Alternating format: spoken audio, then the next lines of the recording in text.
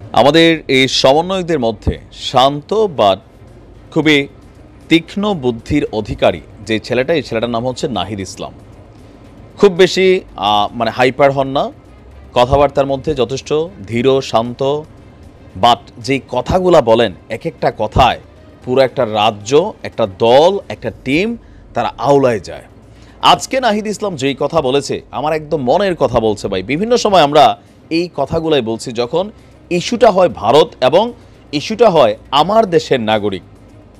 আমার দেশের নাগরিক বলতে হিন্দু হোক, মুসলিম হোক, কে কোন দল করি ডাজন্ট ফ্যাক্ট, আমরা সবাই বাংলাদেশের নাগরিক। আমরা লড়াই করব, আমরা ঝগড়া করব, আমরা রাজপথে যাব, আমরা আবার পরের দিন মিলা যাব। কিন্তু এই ইস্যুকে কেন্দ্র করে ওই ভারত থেকে ভারতের মন্ত্রীরা কখনো চট্টগ্রাম দখলের চিন্তা, কখনো বান্দরবনের দিকে ফোকাস, কখনো বাংলাদেশের সেনাবাহিনী পাঠানোর পরিকল্পনা, হিন্দুদের নিরাপত্তা ইস্যুতে এই যে ভারতের মানুষের সামনে একটা রাজনৈতিক একটা প্ল্যাটফর্ম তৈরি করেছে রিলিজিয়াস পয়েন্ট অফ ভিউতে। আমরা যেমন ধরেন ফিলিস্তিনে যখন মুসলিমরা এই ঘটনার শিকার হচ্ছে আমরা কথা বলতেছি, কেন আমি মুসলিম, ওই মানুষটা মুসলিম। তদ্রূপ ভারতীয় মিডিয়ায় বাংলাদেশকে নিয়ে যে ভুলভাল বিভিন্ন রকম তথ্য দেওয়া হয়, বিভিন্ন পুরান ফুটেজ এগুলোর নগদ বলে চালাই দেওয়া হয়, তো ভারতের হিন্দু মানুষদের মনে এটা ফিল হয়, আরে দেখো বাংলাদেশে হিন্দুদেরকে কী পরিমাণ নির্যাতন করা হচ্ছে। কিন্তু একটা মেইন স্ট্রিম টেলিভিশন মিডিয়া যখন এই মিথ্যা তথ্য দেয় তখন তো মানুষ একটা গুজবটা আর ধরতে পারে না। তো এরকম নানান ইস্যু নিয়ে গতকালকে নাহিদ যে বক্তব্য দিয়েছে আমি তাকে ধন্যবাদ জানাই। আ leader should be like that, এরকম হইতে হবে, ম্যা করা যাবে না যখন রাষ্ট্র নিয়ে কথা হচ্ছে। বিবিসিকে একটা সাক্ষাৎকার দিয়েছে নাহিদ, সেখানে প্রথম খুবই গুরুত্বপূর্ণ প্রশ্নটা ছিল ভারত আপনাদের সংখ্যালঘুদের সুরক্ষার বিষয়ে বারবার কথা বলছে, বিষয়টি আপনি কিভাবে দেখছেন? তো নাহিদের এই জবাবটা আমার খুবই পছন্দ হয়েছে। নাহিদ বলছে এখানকার সংখ্যালঘুরা আমাদের নাগরিক, তাদের নিরাপত্তা দেওয়া আমাদের দায়িত্ব, এই বিষয়ে ভারতের কিছু বলার দরকার নেই। যেটা নিয়ে ভারতের বলা প্রয়োজন সেটা হলো জুলাই আগস্টের সংগঠিত গণহত্যা।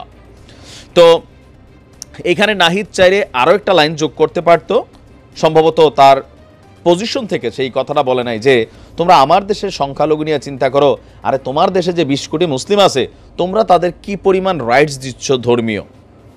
আমাদের রাষ্ট্র, আমাদের সরকার, আমাদের জনগণ যেভাবে আমরা পলিটিক্যাল পয়েন্ট অফ ভিউর বাহিরে দেখেন রাজনৈতিকভাবে আপনি জয় বাংলা, বাংলাদেশ জিন্দাবাদ এই স্লোগান, ভবিষ্যতে জামাতেরও এখন হিন্দু টিম হয়েছে, আপনি এখন জামাত, হিন্দু মানুষ জামাত করছেন, তো কালকে ধরেন আওয়ামী লীগ ক্ষমতা দিলে আপনারা তখন মারবে, তখন আপনি বলবেন যে কি ভাই আমি হিন্দু, আমার মারতেছে, এটা আওয়ামী লীগ এসে সংখ্যালঘু নির্যাতন করতেছে। ন, এতদিন যারা হিন্দুদের মধ্যে আওয়ামী লীগ করছে, জয় বাংলা করছে, তারা এখন নির্যাতনের শিকার হচ্ছে, সেম টু সেম মুসলমানরা তো হচ্ছে, ওইটা নিয়ে তো কেউ কথা বলছে না। বিষয়গুলো কিন্তু এরকম। তো নাহিদ এই জায়গাটা যোগ দিলেও পারতো যে তুমি তোমার দেশে সংখ্যালঘুদের নিরাপত্তার জন্য কি করেছো, কিন্তু নাহিদ যতটুকু বলছে ফাইন, আর একটু বলতে হবে। তো নাহিদ ওইটা বললো যে এখানে এই প্রশ্ন করা যেতে পারে বাংলাদেশের বর্তমান চ্যালেঞ্জ মোকাবেলায় ভারত আসলে কী ধরনের সাহায্য করতে পারে, এই বিষয়ে কথা বলা প্রয়োজন। আরও বলতে চাই ভারতীয় গণমাধ্যম আমাদের সরকারকে নিয়ে ভুলভাল সংবাদ প্রচার করছে, ভারতের উচিত এই বিষয়ে একটা সীমা টানা। আমরা চাই তথ্যের ভিত্তিতে আলোচনা হোক। তো এখানে আপনার আচ্ছা আমি যদি দেখি এখানে অনেকগুলা বক্তব্য ছিল, বাট সংখ্যালঘুরা বলছে কথা হয়েছে কিন্তু পর্যাপ্ত ব্যবস্থা নেওয়া হয়নি। নাহিদকে প্রশ্ন, তিনি বলছেন যে আমি তো বলবো অন্য কোনো সরকার সংখ্যালঘুদের সঙ্গে এত ঘনিষ্ঠভাবে কাজ করেনি যে আমরা গত 3 মাসে করেছি। তাদের উপর থেকে সংখ্যালঘুদের আস্থা কমে গিয়েছিল আগের সরকারগুলোর উপর, আমাদের এসব ঠিক করতে হবে। তো যাই হোক, এখানে অনেক ধরনের বক্তব্য ছিল। আমি বারবার বলি ভারত যখন বাংলাদেশ ইস্যুতে সংখ্যালঘু কার্ডটা খেলতে চায়, সরকারে যেই থাকেন তাদের উচিত এটা নিয়ে কড়া ভাষায় একটা জবাব দেওয়া। তোমার দেশে সংখ্যালঘুদের তুমি কি খবর রাখছো?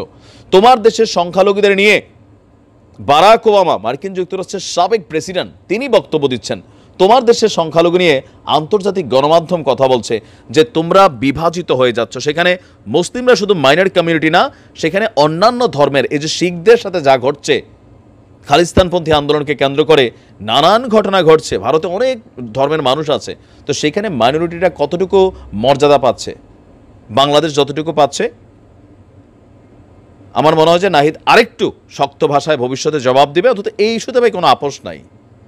আমরা বাংলাদেশের মানুষ দলমত নির্বিশেষে বাঙালি, একসাথে থাকমু, খামু, ঘুমামু, আমরা একসাথে গুটাগুটি করবো আর পরে আবার ভালো হয়ে যাবো, দেশের প্রয়োজনে সবাই এক হয়ে যাবো, এইটাকে পুঁজি কইরা ওই আরেকখান থেকে এখানে ঢুকবেন এই লাইন নাই। ভালো থাকুন, আসসালামু আলাইকুম।